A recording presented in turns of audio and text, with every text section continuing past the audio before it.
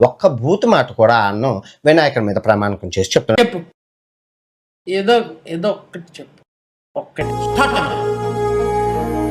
శివాజీ ఎంత దొంగ లంజా కొడుకు అంటే నా అంబిషన్ 10th క్లాస్ ఫెయిల్ అయిపోయిన లంజా కొడుకు.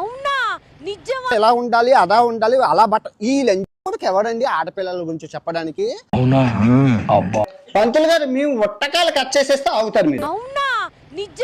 నువ్వేమో రాతగాని చెప్పడానికి తగ్గించుకుంటే మంచిది. ఏంటిది సున్ని కోసేస్తామని సిద్ధాంతం పెడితే సౌదీ అరేబియాలో గానా వాళ్ళ హక్కు. అమ్మాయిలో మీకు చెప్తున్నాను, మీరు గొడ్డ ముక్కలు ఇప్పుకొని తిరగని మీ స్వేచ్ఛ ఇంపార్టెంట్, మీ సేఫ్టీ ఇంపార్టెంట్.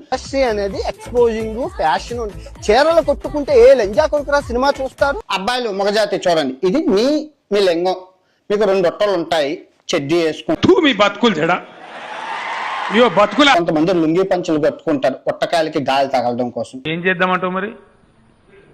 ఏం దిక్కుమాలిన ప్రశ్న. యోని మార్గం ఇలా ఉంటది, ఇదిగో గర్భాశయించి పెద్ద పెద్దగా ఉంటది, బుర్ర ఇందులోంచి వస్తుంది కాబట్టి. ఇప్పుడు ఎంత పెద్దది ఉంటది అనడానికి నీకున్న లింగం ఇక్కడ పెడతావు అనుకో, చూడు ఎంత పెద్దది, ఇంకా దీనికన్నా పెద్దది అన్నమాట. ఒక్క విషయం గుర్తుపెట్టుకోరా, నారు నాటితే వరి పెరుగుతుంది, మాట జారితే గొడవ పెరుగుతుంది, కానీ ఏం నాటకుండానే గడ్డి పెరుగుతుంది. ఏంటి అంటే బిగ్ బాస్ లోకి వెళ్దాం, దానికి ఎందుకు బ్రో మడుగుడిసిపోతావు అంటే. ఈ పెళ్ళి ఎప్పుడు బ్రో ఇప్పుడు నువ్వు పెళ్లి చేస్తావు, నాన్న మడ్లు గుడుస్తున్నావా లేదా?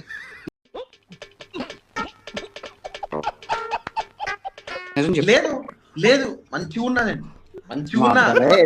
ఎరుపుగా మాట్లాడుతున్నాను. ఒక్క బూతు మాట కూడా అన్నం వినాయకుడి మీద ప్రమాణకం చేసి చెప్తాను.